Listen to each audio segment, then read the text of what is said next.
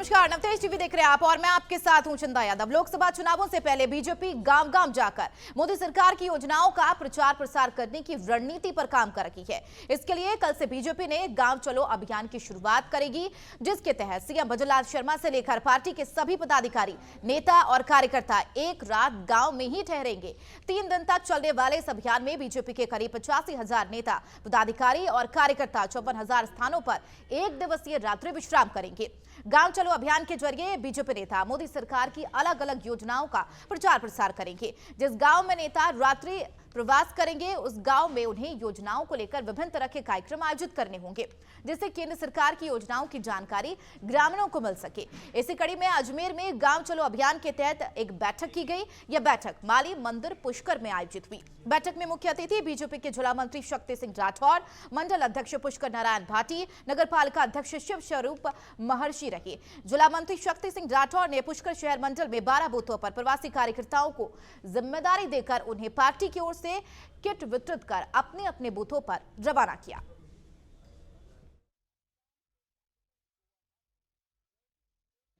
मोदी जी का जो गांव चलो अभियान है, उसके लिए सभी कार्यकर्ता बंधुओं को प्रवास पे भेजा जा रहा है। 24 घंटे का प्रवास है। वहाँ उन कार्यकर्ताओं के साथ ही भोजन करेंगे। ये वहीं बैठ के टीवी और मतलब मोदी जी की जो योजना है उन तक पहुँचाएंगे। ये मतलब पूरे राजस्थान में चल रहा है और हर गांव चलो शहर अभियान सब जगह चल रहा है।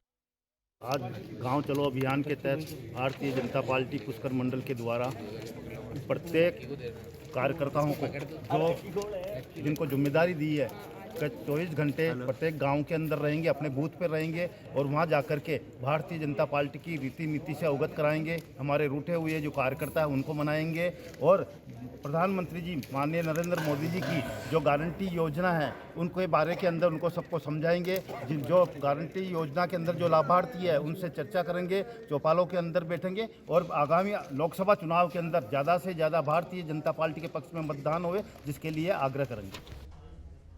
तो देखा आपने कैसे ओर से छोर तक बीजेपी इस रणनीति पर काम कर रही है। वही अभियान के पहले दिन सीएम भजनलाल शर्मा नागौर दौरे पर रहे। इसी के चलते अभियान के पहले दिन उप मुख्यमंत्री प्रेमचंद बैरवा, कैबिनेट मंत्री कर्नल राज्यवर्धन सिंह राठौर, बीजेपी प्रदेश अध्यक्ष सीपी जोशी सहित राजेंद्र राठौर, सतीश पुनिया, अरुण चतुर्वेदी और कई नेता आज अलग अलग गाँव में रात्रि विश्राम करेंगे। आज इसी खबर पर ज्यादा चर्चा के लिए न्यूज रूम से हमारे वरिष्ठ संवाददाता उमंग माथुर हमारे साथ जुड़ गए हैं। उमंग, जाहिर सी बात है बीजेपी ने शहर में पहले से ही अपनी पकड़ बना रखी है। अब शहर के साथ साथ गांव को भी साधने के पूरे प्रयास में है। 2780 गांव में प्रयास करेगी भाजपा। बिल्कुल चंदा, जाहिर सी बात है कि लोकसभा चुनाव के मुहाने पे हम खड़े हैं और कभी भी आचार संहिता लग सकती है। और जैसा कि आपने भी बताया कि शहरों में बीजेपी की अच्छी खासी पकड़ है, लेकिन गांवों में आज भी बीजेपी कहीं ना कहीं वो नंबर नहीं ला पाती है जिसे हम जादुई आंकड़ा कहते हैं गांव की वजह से। और अब की बार क्योंकि बीजेपी का नारा है 400 पार, और 400 पार के लिए ज़रूरी है कि हर एक व्यक्ति तक, हर एक गाँव गली मोहल्ले तक बीजेपी पहुँचे। और इसीलिए गाँव चलो अभियान की शुरुआत की गई है। बीजेपी के करीब 85,000 नेता, कार्यकर्ता 54,000 स्थानों पर जाकर प्रधानमंत्री नरेंद्र मोदी और केंद्र सरकार की योजनाओं का प्रचार प्रसार करेंगे। और 3 दिन तक हर एक बड़ा नेता और कार्यकर्ता एक एक गांव में रात्रि विश्राम करेगा। और रात को इस अभियान की शुरुआत की जाएगी, जब अक्सर लोग गांव में रात को खाना पीने के बाद में एक पेड़ के नीचे बैठते हैं, सब लोग आपस में मिल बैठ के बात करते हैं। इस प्रकार की छोटी छोटी चौपालों के साथ में ये तमाम मंत्री, कार्यकर्ता, नेता पीएम मोदी के जितनी भी योजनाएं हैं, भाजपा की केंद्र सरकार की जो भी योजना है उसका प्रचार प्रसार करेंगे। और सबसे बड़ी बात यह है कि एक एक गांव तक उस योजना का लाभ कैसे पहुंचे, क्योंकि कई बार होता है गांव के लोग जो होते हैं उन्हें पूरी जानकारी नहीं हो पाती और इस वजह से वो उन योजनाओं का लाभ नहीं उठा पाते हैं।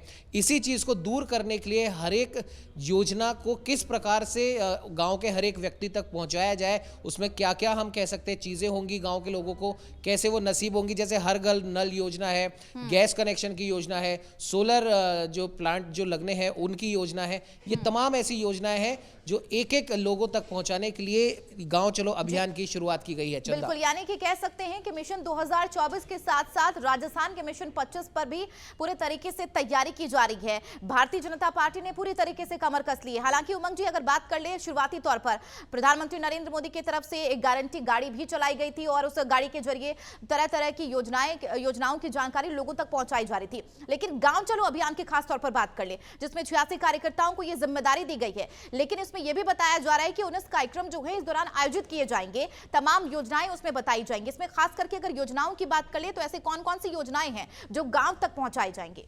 बिल्कुल चंदा, कई प्रकार की योजनाएं, जैसे हम सड़क की बात कर ले या गांव के, हम कह सकते हैं किसी भी व्यक्ति को पीएम मोदी की योजनाओं से लाभान्वित किस प्रकार से किया जाए। और सबसे बड़ी बात यह है कि ये जो गांव चलो अभियान ये इस समय किया गया है जब राजस्थान के तमाम जो मंत्रालय है लगभग वो बढ़ गए हैं और वही मंत्रालय के जो मंत्री हैं वो गाँव तक जा रहे हैं। तो अगर मान लीजिए कोई यूडीएच मंत्री है जैसे जाबर सिंह खर्रा है, वो अपने यूडीएच की क्या कुछ योजनाएं हैं जो उस गाँव का भला करेंगी, गाँव के लोगों का भला करेंगी, तो जाहिर सी बात है उसी मंत्रालय का मंत्री वो बेहतर तरीके से समझा पाएगा। और हर मंत्री के साथ में कुछ ना कुछ अधिकारी भी मौजूद रहते हैं जो समस्या होंगी जिसका कई हम कह सकते हैं कई महीनों से कोई निदान नहीं हो पा रहा है, वो भी हाथों हाथ सुलझाई जाएगी। आपने योजनाओं की बात करी, सोलर प्लांट की जो योजना है वो सबसे बड़ी योजना है जो कि राजस्थान के हर एक गांव तक पहुंचाई जा रही है। और अभी प्रधानमंत्री नरेंद्र मोदी ने जो फ्रांस के राष्ट्रपति के साथ दौरा किया था उसमें भी मुख्यतः सोलर प्लांट वाली योजना को काफी हम कह सकते हैं कि जोर दिया गया था। चंदा, ठीक है उमंग जी, ऐसे में ये भी जानना बेहद महत्वपूर्ण हो जाता है क्योंकि गांव स्तर पर कई लोग ऐसे होते हैं जो तमाम योजनाओं के बारे में उन्हें जानकारी नहीं होती है। खास तौर पर अगर बात करें जो तमाम योजनाएं उनके फायदेमंद के लिए होती हैं, उन्हें उनकी भी जानकारी उन्हें नहीं होती है। लेकिन ऐसे में ये कह सकते हैं कि गांव चलो अभियान जो बीजेपी की तरफ से शुरुआत की गई है बेहद ही फायदेमंद हो सकता है गांव स्तर पर जो वहां पर लोग रह रहे हैं जिन्हें योजनाओं का ये लाभ मिल सके। बिल्कुल चंदा, फायदेमंद तो होगा ही। और जिस प्रकार से हम कह सकते हैं कि ये तमाम जो मंत्री, नेता, कार्यकर्ता गांव जा रहे हैं, ये सिर्फ ऐसा नहीं है कि रात को बैठ के सिर्फ बातें करेंगे।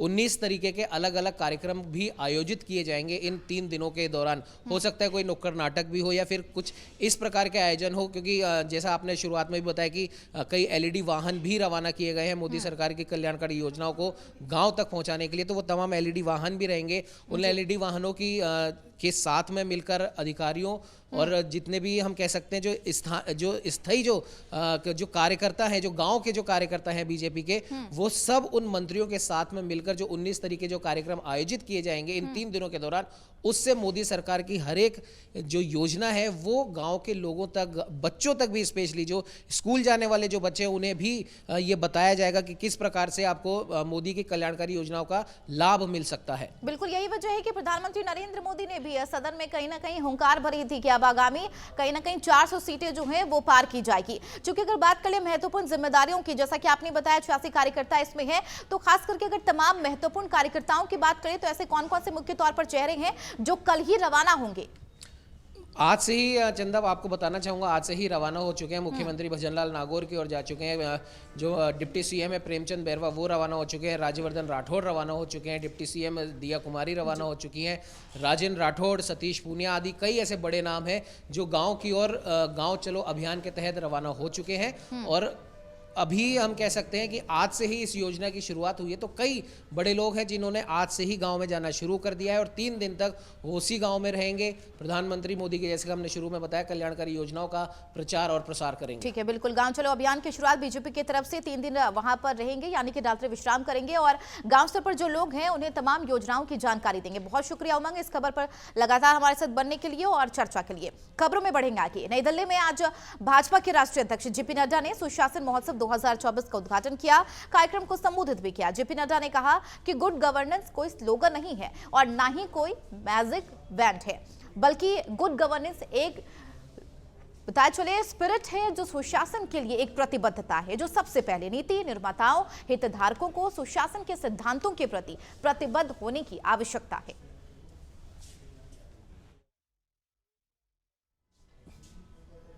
बॉलीवुड अभिनेता महानायक अमिताभ बच्चन प्रभुराम की नगरी अयोध्या धाम पहुंचे, जहां उन्होंने रामलला के दर्शन किए और रामलला को सोने की माला अर्पित की। इस दौरान ट्रस्ट के पदाधिकारी ने अमिताभ बच्चन को राम मंदिर परिसर में स्वागत भी किया। इस दौरान अयोध्या के मंडल आयुक्त गौरव दयाल से उन्होंने मुलाकात की।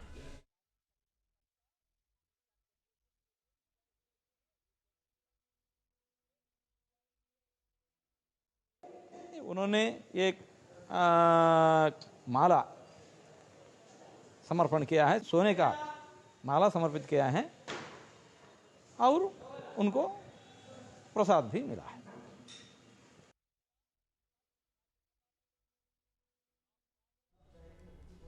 राजस्थान के शिक्षा मंत्री मदन दिलावर ने कोटा जिला परिषद सभागार में साधारण सभा की बैठक ली। बैठक में लाडपुरा विधायक मदन कल्पना देवी सहित कई जनप्रतिनिधि और अधिकारी मौजूद रहे। जिला परिषद साधारण सभा की बैठक में बिजली, पानी, पाइपलाइन, टंकियों की साफ सफाई सहित कई मुद्दे आए। उनके बारे में मंत्री मदन दिलावर ने संबंधित अधिकारियों को निर्देश दिए। दिलावर ने यह भी कहा कि यदि साफ सफाई और स्वच्छता में लापरवाही पाई गई तो संबंधित सरपंच और ग्राम विकास अधिकारी के खिलाफ कार्रवाई की जाएगी। ड्रेस कोड को लेकर चल रहे विवाद पर बोलते हुए शिक्षा मंत्री मदन दिलावर ने कहा, पहले से ही शिक्षा संस्थान में यूनिफॉर्म पहनकर आने के स्थायी निर्देश हैं। यदि कोई यूनिफॉर्म के अलावा कुछ और पहनकर आता है तो अनुशासनहीनता है।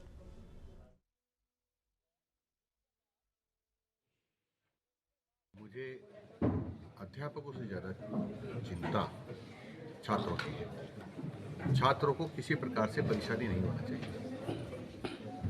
29 फरवरी से बोर्ड की परीक्षाएं प्रारंभ होने वाली है, बहुत नज़दीक है। अध्यापक इधर से उधर ट्रांसफ़र होंगे तो पढ़ाई में व्यवधान होगा। फिर उनकी परीक्षा में ड्यूटी लगती है, फ्लाइंग स्क्वाड्स बनते हैं, उससे व्यवधान होगा। पेपर को भी रखने के लिए जिम्मेदारियाँ दी जाती है, लाने ले जाने की जिम्मेदारी दी, उसको व्यवधान होगा। इसलिए हमने छात्रों के हित को ध्यान में रखते हुए माननीय मुख्यमंत्री से निवेदन कर लिया है कि शिक्षा विभाग में हम सामान्यतया राष्ट्रीय शहरी आजीविका मिशन के तहत संचालित स्वयं सहायता समूह की महिलाओं को शुक्रवार को सम्मानित किया गया। इस दौरान मौजूद रही यूडीएच मंत्री जावर सिंह खर्रा ने कहा कि प्रधानमंत्री का सपना है कि आजादी के 100 साल होते होते भारत दुनिया का सबसे विकसित, सशक्त, संपन्न और सर्वाधिक सामाजिक समरसता वाले राष्ट्र के रूप में दुनिया में अपनी पहचान बनाए। उसके लिए भारत सरकार की जितनी भी जन कल्याणकारी योजनाएं हैं उनका विकसित भारत संकल्प यात्रा के तहत लगाए गए शिविरों के जरिए प्रचार प्रसार करते हुए पात्र लोगों को लाभान्वित किया जा रहा है। इस दौरान मौजूद रही मेयर सौम्या गुर्जर ने कहा कि पीएम नरेंद्र मोदी ने देश में 3 करोड़ लखपति दीदी बनाने का लक्ष्य रखा है। उनमें स्वयं सहायता समूह की महिलाएं भी शामिल हैं, जिनकी हौसला अफजाई करने के लिए महिलाओं को सम्मानित किया गया है।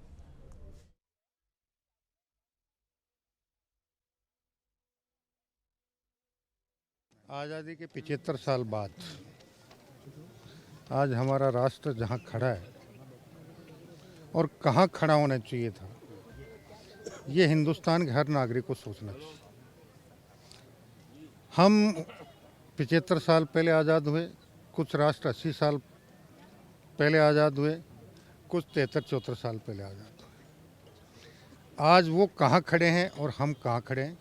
कहने को हम दुनिया के सर्वाधिक युवा आबादी वाला राष्ट्र कहलाता है, और युवा आबादी अगर ठान ले तो आने वाले स्वतंत्रता के 100 साल से पहले अगर हम अपने कर्तव्य और दायित्वों का निष्ठापूर्वक निर्वहन करें तो दुनिया की कोई ताकत नहीं है जो हमारे राष्ट्र को दुनिया का सबसे विकसित, सबसे सशक्त और सबसे सबल और दुनिया में सबसे सर्वाधिक सामाजिक समरसता वाले राष्ट्र के रूप में पहचान दिलाने से रोक पाए। आदरणीय प्रधानमंत्री श्री नरेंद्र मोदी जी के नेतृत्व में जहां 3 करोड़ लखपति दीदी बनाने का लक्ष्य रखा गया है, उनमें हमारे स्वयं सहायता समूह की ये महिलाएं उनका शक्ति वंदन के माध्यम से उनकी हौसला अफजाई करने के लिए आज हमारे यूडीएच मिनिस्टर आदरणीय खर्रा साहब यहां आए हैं और महिलाओं को सम्मानित भी किया गया है कि अब वो कालखंड आ गया है जहाँ महिलाओं को नेतृत्व करने की आवश्यकता है। और उन्होंने कई एग्जाम्पल उदाहरणों के माध्यम से बताया कि जब महिलाएं आगे आती है तब एक सामाजिक बदलाव आता है, एक परिवर्तन आता है, क्रांति आती है, उससे समाज सुधार की तरफ बढ़ता है और भारत विकसित भारत की ओर बढ़ता है। इसी के तहत आज शक्ति वंदन के में स्वयं सहायता समूह की महिलाएं, एनजीओज, उनका सम्मान किया गया है। और साथ ही आज विकसित भारत का जो कैंप है वो हमारे वार्ड वाइज हर वार्ड नगर निगम ग्रेटर के सभी एरिया में हो रहे हैं और इसमें जो भी लाभ लेना चाहते हैं, जो पात्र व्यक्ति है, उनको लाभ मिले योजनाओं का, इस उद्देश्य से लगाया गया है। आपको बता चले, नगर निगम राष्ट्रीय शहरी आजीविका मिशन के तहत नारी शक्ति को लगातार आत्मनिर्भर बनाने की दिशा में कार्य कर रहा है। नवतेज टीवी ने राष्ट्रीय शहरी आजीविका मिशन नगर निगम के सदस्य नीलम से खास बातचीत करते हुए जाना कि आखिर किस प्रकार नगर निगम इन महिलाओं को चिन्हित करता है और उसके बाद क्या कुछ वो तरीके होते हैं जिससे ये सभी महिलाएं आत्मनिर्भर बनती हैं और अपनी जैसे और भी महिलाओं को प्रेरित करने का काम भी करती हैं।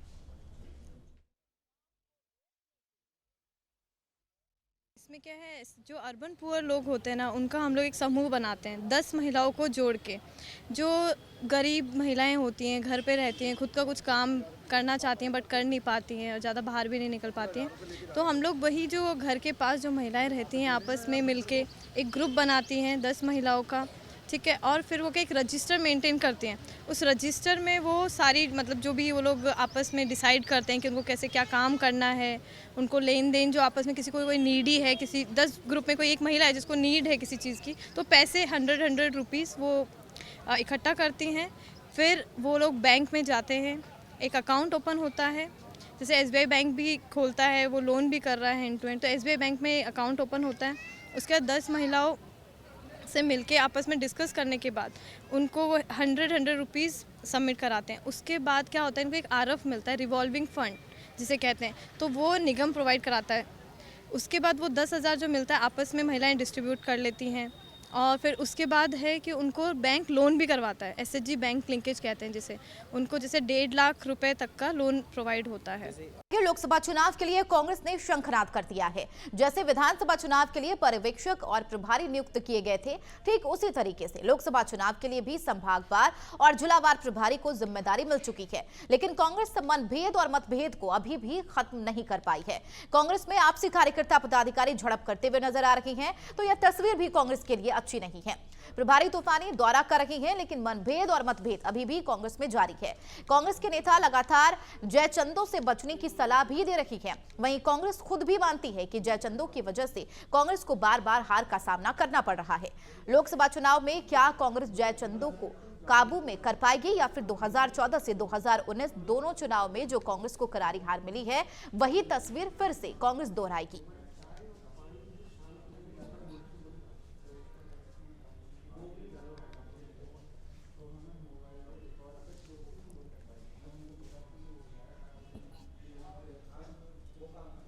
तो इसी खबर पर ज्यादा चर्चा के लिए सुरेंद्र हमारे साथ जुड़ गए। सुरेंद्र, यानी कि आर और पार की तैयारी में पूरी तरीके से कांग्रेस नजर आ रही है, लेकिन जाहिर सी बात है कांग्रेस में जिस तरीके से विधानसभा में कांग्रेस को करारी शिकस्त मिली, लेकिन फिलहाल ऐसी तैयारी में है कांग्रेस की लोकसभा में कहीं ना कहीं फतेह हासिल कर सके। फिलहाल कांग्रेस की स्थिति क्या कुछ है और किस तरीके की तैयारी?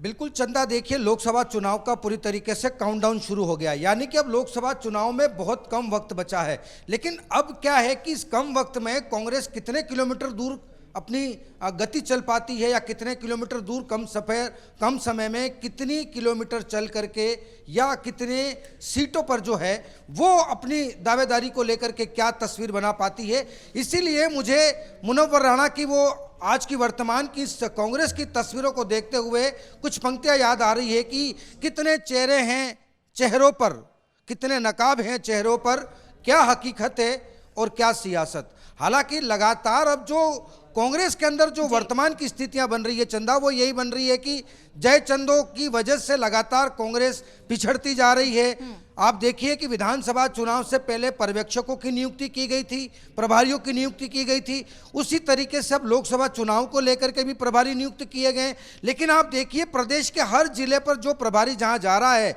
वहां पर आपसी कार्यकर्ता आपसी में मनमुटाव करते हुए नजर आ रहे हैं, यानी कि कार्यकर्ताओं में भी मनभेद बना हुआ है, मतभेद बना हुआ है।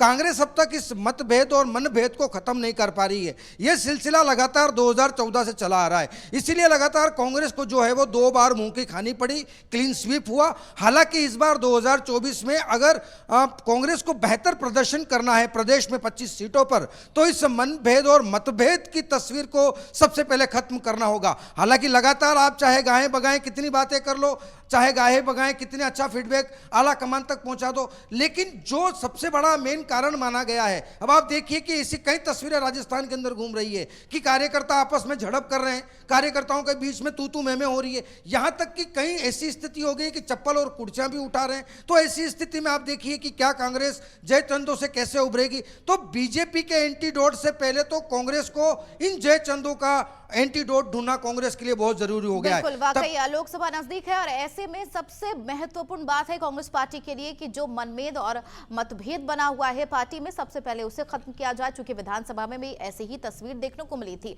जाहिर सी बात है अब लोकसभा में ऐसी स्थिति ना देखने को मिले, इसके लिए पार्टी अभी से तैयारी कर रही है। बहुत शुक्रिया सुरेंद्र इस खबर पर लगातार बनने के लिए और चर्चा के लिए। लेकिन वाकई देखना है होगा कि किस तरीके की स्थिति आगामी लोकसभा चुनाव को लेकर तमाम राज्यों में होगी कांग्रेस के लिए। बहरहाल बढ़ेंगे आगे। उप मुख्यमंत्री दिया कुमारी और जलदाय मंत्री कन्हैयालाल चौधरी ने विद्याधर नगर विधानसभा क्षेत्र के निंदड़ ग्राम में आयोजित कार्यक्रम में क्षेत्र के लिए 3 उच्च जलाशयों का शिलान्यास किया। बता दें लगभग 18 करोड़ रुपए की लागत से निंदड़, कबीर आश्रम और माथुरा हनुमान मंदिर उच्च क्षेत्र में जलाशय बनाए जाएंगे। इन उच्च जलाशयों के पूर्ण होने पर क्षेत्र की लगभग 1,13,000 आबादी को स्वच्छ जल आपूर्ति सुनिश्चित हो सकेगी। उप मुख्यमंत्री ने कार्यक्रम को संबोधित करते हुए कहा कि सरकार गरीब, युवा, अन्नदाता तमाम वर्गों को साथ में रखकर नजर आ रही है। सारी ऐसी योजनाएं हैं जो माताएं बहनों के लिए है, किसानों के लिए है। जयपुर के लिए विशेषकर मेट्रो का एक्सपेंशन भी होने वाला है, हाईटेक सिटी बनने वाली है जयपुर के आसपास। ओलंपिक्स को भी बढ़ावा हम लोग देंगे। किसान सम्मान निधि भी बढ़ाई गई है। युवाओं को रोजगार 70,000 हमारे जो रिक्त पद है उनमें भर्तियां होंगी और ये शुरुआत है, ये शुरुआत है, अभी तो बहुत कुछ बाकी है। कैबिनेट मंत्री बाबूलाल खराड़ी ने सिरोही के राजकीय महाविद्यालय के वार्षिक उत्सव समारोह में बतौर मुख्य अतिथि के तौर पर शिरकत की। कार्यक्रम का शुभारंभ मां भगवती के समक्ष दीप प्रज्वलित करके किया गया। उसके बाद कॉलेज की छात्राओं ने स्वागत नृत्य करके मेहमानों का अभिनंदन किया। वहीं कॉलेज के प्राचार्य अंशु रानी सक्सेना ने महाविद्यालय का वार्षिक प्रतिवेदन प्रस्तुत किया। अखिल भारतीय विद्यार्थी परिषद के प्रदेश संगठन मंत्री पूरन सिंह शाहपुरा ने महाविद्यालय में व्याप्त समस्याओं से मंत्री को अवगत करवाया।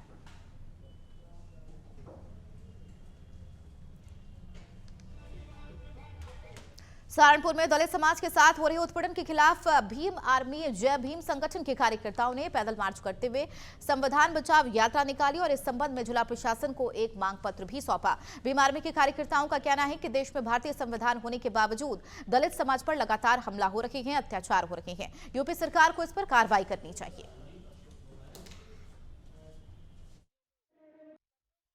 देखिए, आज भीम आर्मी जय भीम संगठन के माध्यम से रविदास छात्रावास से संविधान बचाओ यात्रा निकाली गई और उसका जो पूर्ण संपन्न है और डीएमओ साहब ऑफिस के यहाँ हुआ। और जो उसमें हमारी मांगे हैं वो ये है, एक तो दिन पर दिन जो हमारे बच्चों को, हमारे भाइयों को शिक्षा से दूर किया जा रहा है, फीस बढ़ा।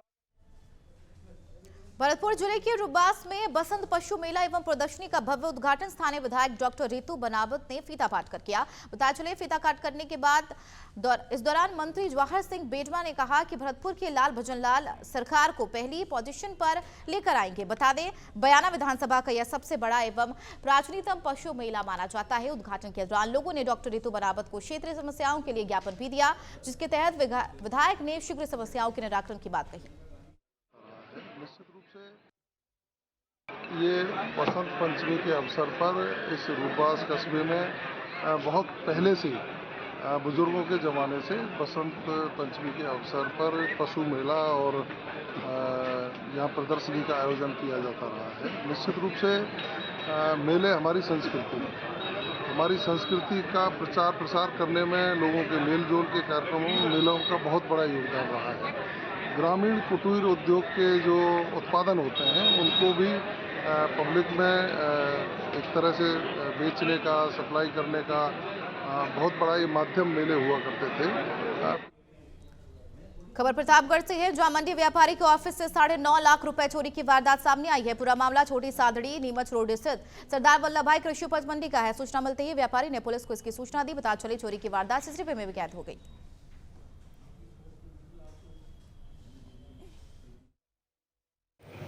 दस बजे करीबन मैं घर से पेमेंट लेके आया। मंडी के अंदर हम काम करते हैं तो पेमेंट बांटने के हिसाब से 10-10:15 बजे मैं 9 लाख रुपए कैश और उसके अलावा कल की सिलक बची हुई थी 9.5 लाख रुपए करीबन था, तो मैं यहाँ लेके आया। उसके बाद इस लॉकर में खोल के लॉकर में पैसा रख के ताला लगा के उसके बाद मैं मंडी ऑक्शन के अंदर गया। मंडी ऑक्शन करीबन उधर अलवर के रावली विहार थाना क्षेत्र में पुलिस ने चर्चित हनी ट्रैप मामले में 5वें आरोपी को गिरफ्तार किया है। बता दें, अलवर स्थित घर से हनी ट्रैप का बड़ा खेल चल रहा था और इस खेल में पूरा परिवार लगा हुआ था। अलवर एसपी आनंद शर्मा ने बताया कि परिवादी ने 5 फरवरी को हनी ट्रैप में फंसकर 90 लाख रुपए ऐंठने का मामला दर्ज कराया था। उन आरोपियों को जो गिरफ्तार किया गया था उनको पुलिस रिमांड पर लिया गया था और उनसे गहनता से अनुसंधान किया गया और उसमें जो इनपुट आए उसके आधार पर कल एक जो पुलिस कार्मिक है उसको भी गिरफ्तार किया गया है। प्राइमा फेसी उसके खिलाफ एविडेंस पाए गए कि वो इस मामले में संलिप्त है। क्या वो एफआईआर में भी नामजद था? हाँ, वो एफआईआर में भी नामजद है और एक दूसरा कार्मिक भी नामजद था, उससे भी अनुसंधान किया तो उसके खिलाफ कोई सबूत नहीं पाए गए, अतः उसको कल पूछताछ के बाद में रवाना कर दिया गया। किशनगढ़ रेनवाल के उपखंड कार्यालय पर जिला कलेक्टर प्रकाश राज पुरोहित ने औचक निरीक्षण किया। निरीक्षण के दौरान जिला कलेक्टर प्रकाश राज पुरोहित ने ग्रामीणों के उपस्थित रजिस्ट्रार की जांच की और सभी को कार्यालय में समय पर पहुंचने की हिदायत दी है।